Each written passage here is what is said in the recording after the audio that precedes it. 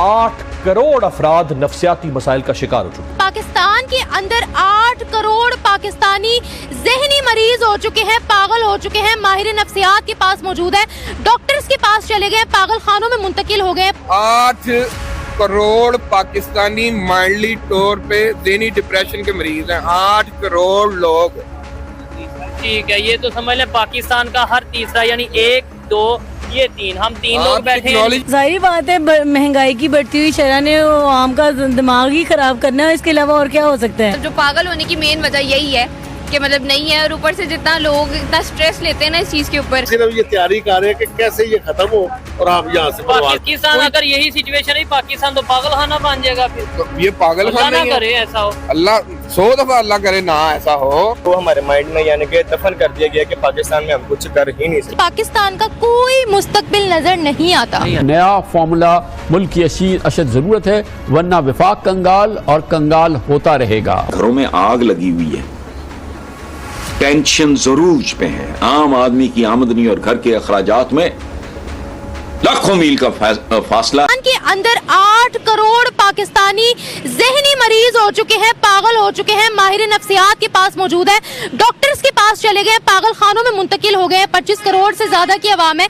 पाकिस्तान की, जिनमें से अकेले 4 करोड़ ही भिखारी है। 8 करोड़ लोग पागल हो चुके हैं। बाकी जो बचे कुछ हैं उनका क्या काम बाकी रह गया है।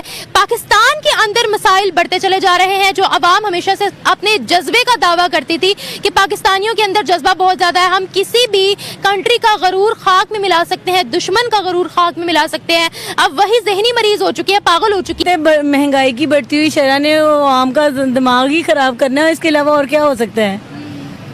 और इसके अलावा और घरेलू टेंशन हैं, बिल इतने आ रहे हैं, और आपको पता है कि हर चीज़ पे इतनी महंगाई हो गई है। मेरा तो यही है कि मतलब जो पागल होने की मेन वजह यही है कि मतलब नहीं है, और ऊपर से जितना लोग इतना स्ट्रेस लेते हैं ना इस चीज़ के ऊपर।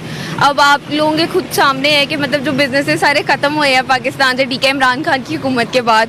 सारा उसने मतलब सारी तबाही फेर दी है पूरे पाकिस्तान की, बिजनेसेस की, ट्रेड्स जो थी, जो भी पाकिस्तान को के साथ लोग ट्रेड करते थे बाहर के ममालिक वाले, वो उन लोगों ने ख़त्म करा दी हैं। ठीक है, जो आपने बताया 8 करोड़ अवाम बहुत ज़्यादा अवाम है, इस वजह से हो रही है क्योंकि उन फाइनेंशियली सब तंग है, हर बंदा तंग है इस मुल्क में। मुल्क के हालात की वजह से ही है, वो बढ़ा रहा है। इसका मतलब है कि वो मेंटली डिस्टर्ब हो चुका है। करोड़ पाकिस्तानी माइल्डली तौर पे ज़हनी डिप्रेशन के मरीज हैं। 8 करोड़ लोग। ठीक है, ये तो समझ लें पाकिस्तान का हर तीसरा, यानी 1, 2, ये 3, हम 3 लोग बैठे हैं। टेक्नोलॉजी को रो रहे हैं, टेक्नोलॉजी कहाँ से आएगी जब भाई कोई फैसिलिटी नहीं है। तो पाकिस्तान अगर यही सिचुएशन है, पाकिस्तान तो पागल खाना बन जाएगा। फिर तो ये पागल खाना ना करे ऐसा हो, अल्लाह 100 दफा अल्लाह करे ना ऐसा हो। अल्लाह ताला इस मुल्क के हमारे हाल पे अल्लाह ताला रहम करे, उससे उम्मीद ही इंशाल्लाह अच्छी कर सकते हैं, वो इंशाल्लाह करेगा। लेकिन दूर दराज तक अंधेरा है, कुछ नजर नहीं आ रहा। हमें इस बात को हमारे माइंड में यानी कि दफन कर दिया गया कि पाकिस्तान में हम कुछ कर ही नहीं सकते। अब सिर्फ ये तैयारी कर रहे हैं कि कैसे ये खत्म हो और आप यहाँ से पाकिस्तान खत्म हो, पाकिस्तान खत्म हो, प्रवास करें। तोप, मिसाइल और बम से घबराने की जरूरत नहीं। जंग का सारा सामान मौजूद है बदीन की मंडी में, लेकिन ये असला बारूद नहीं, गधों के नाम है। हम इसका नाम रखा है एटम बम। वो एटम बम फटने वाला नहीं, इस गधे का नाम एटम बम है। जो गंदम आ रही है जी, वो ना जाने कि कौन से गंदे गदामों से हमारे लिए गंदम आ रही है। कि वो जो गंदी वो जली सड़ी है वो हमें दे वो गंदम कम और मट्टी ज्यादा है। बिल्कुल इसी तरह ही है। आप महीने का कितना कमा लेते हैं? मैं महीने का 12,000 नहीं कमा रहा। 12,000 नहीं कमा रहा? 12,000 नहीं कमा रहा भाई। तो खाना मेरी छोटी सी रेडी है, तो घर खाना कैसे दे रहा है? वो जो लंगर खाने चलाए हुए हैं उधर से लेके अपने बच्चों के लिए भी खुद भी खा के जा रहे हैं। बच्चे कैसे पढ़ा रहे हैं? हुक्मरानों को नहीं पता, अपने वज़ीर आज़म इनको ही नहीं पता। अपने वज़ीर आज़म साहब को आज़म कौन सा जो मुल्क है हमारे मुल्क कौन सा? मियां मोहम्मद शहबाज शरीफ। मियां मोहम्मद शहबाज शरीफ, मुझे ये बताएं पहले जनाब। मियां मोहम्मद शहबाज शरीफ भाई वो चला तो भाई से रहा है, वो तो मुल्क को चला रहा है। वो और नहीं सर, नहीं, मियां साहब खुद चला रहे हैं, वो चला रहे हैं। रोटी घर की पूरी हो रही है, बिल नहीं पूरे हो रहे, किराए नहीं पूरे हो रहे, और चक्कर क्या चलेगा? इन्होंने मुल्कों के चक्कर चला देते हैं। कहने घरों में आग लगी हुई है, टेंशन जरूर पे है। आम आदमी की आमदनी और घर के अखराजात में लाखों मील का फासला है और उसके पास कोई सवारी नहीं है। सवारी है तो उसमें पेट्रोल नहीं है। ये खलीज है। नतीजा क्या होता है? बस किस पे चलता है? जिस तरह इनकी अपनी याशियां वैसी की वैसी हैं। बस चलता है अवाम पे। शौहर बेचारा जो है वो घर के अखराजात नहीं पूरे कर सकता। माँ बच्चों को बिलकता देखती है, वो फलाना टमकाना, वो नींद पागल हो जाते हैं। अफलास से मैंने कहा था कल भी या शायद पहले कभी, हुजूर ने अफलास से पनाह मांगी है। ये शिर्क तक ले जाती है। मैं सोचता हूँ हमारे मुल्क हमारे बुजुर्गों ने जो ख्वाब देखा उसकी ताबीर इतनी उल्टी क्यों निकली? मेरा एक शेर सुन लो यार, याद आ गया जी। शहरे आसेब में आंखें ही नहीं हैं काफी, उल्टा लटकोगे तो फिर सीधा दिखाई देगा। यहाँ सब कुछ उल्टा है। जय हिंद दोस्तों, स्वागत है आपका हिंदुस्तान के दहाड़ चैनल में। तो दोस्तों, जैसे कि आपने वीडियो में देखा, आइए जानते वीडियो के बारे में। पाकिस्तान की 200 मिलियन की आबादी में से लगभग 22 मिलियन लोग मानसिक बीमारी से पीड़ित है, लेकिन देश में केवल 500 योग्य मनोचिकित्सक ही काम कर रहे हैं, जिससे 4 लाख लोगों पर एक मनोचिकित्सक का अनुपात बनता है।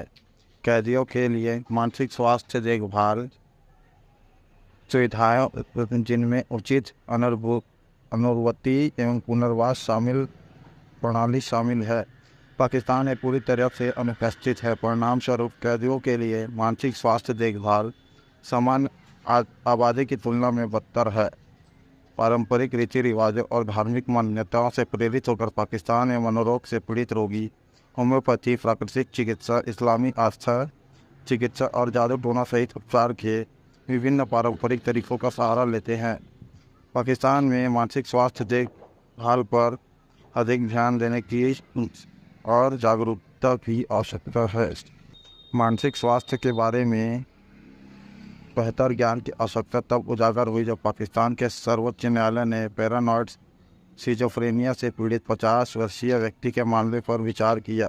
अदालत में पेश होने के समय वह लक्षण मुक्त था। सरकारी मनोचिकित्सकों की एक टीम द्वारा मतिश्रम, भ्रम और भव्यता के विचारों के साथ पैरानॉइड सिजोफ्रेनिया का निदान किए जाने के बावजूद जिन्होंने पिछले 8 वर्षों से उसके कारावास के दौरान उसका इलाज किया था।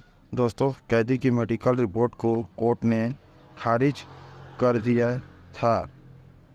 अदालत ने घोषणा की कि सिजोफ्रेनिया एक ठीक होने योग्य बीमारी है, इसलिए यह एक स्थायी मानसिक विकार की परिभाषा के अंतर्गत नहीं आता। उस व्यक्ति को हत्या के आरोप में मौत की सज़ा सुनाई गई थी।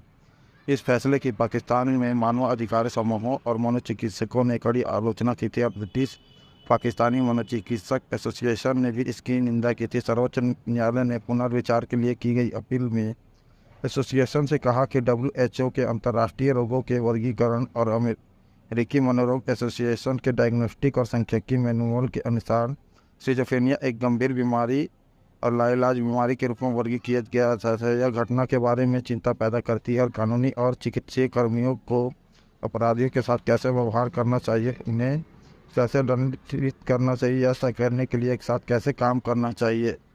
पाकिस्तान में दृष्टिकोण अब अधिक परिस्थितिजन्य हो गया है। अब इसका उद्देश्य अपराध और उसके मानसिक आधार के बीच संबंध यदि कोई हो तो जांच करना है। अपराध किए जाने के समय आरोपी के मानसिक स्थिति का मूल्यांकन करना महत्वपूर्ण है।